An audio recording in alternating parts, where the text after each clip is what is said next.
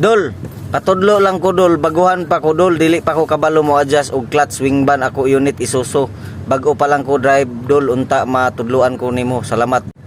Base lang na experience ako dol ha, kay na pa mas mga hanas mang drive sa ako no. So ingani ko dol, ingani ako style dol. Oh, kani dol mo na primary. So dapat gyud mag-adjust gani ka dol, dapat maka na siya play dol, na siya play. Dili siya nakatuko dol. Ingani na-play, ingani siya dolo, na-play. Kani dol mo na ang atong clutch booster, secondary. Primary to gay na dol. Clutch master to gay na dito, primary to. Kani siya clutch booster secondary. So mo na ang atong transmission kini. Kani siya dol, kani ako kitudlo kani mo ni rad. Dapat gini siya dol na ani siya i-play. Clearance nga makalihok ni siya.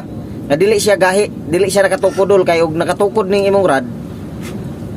Slide imong clutch ana.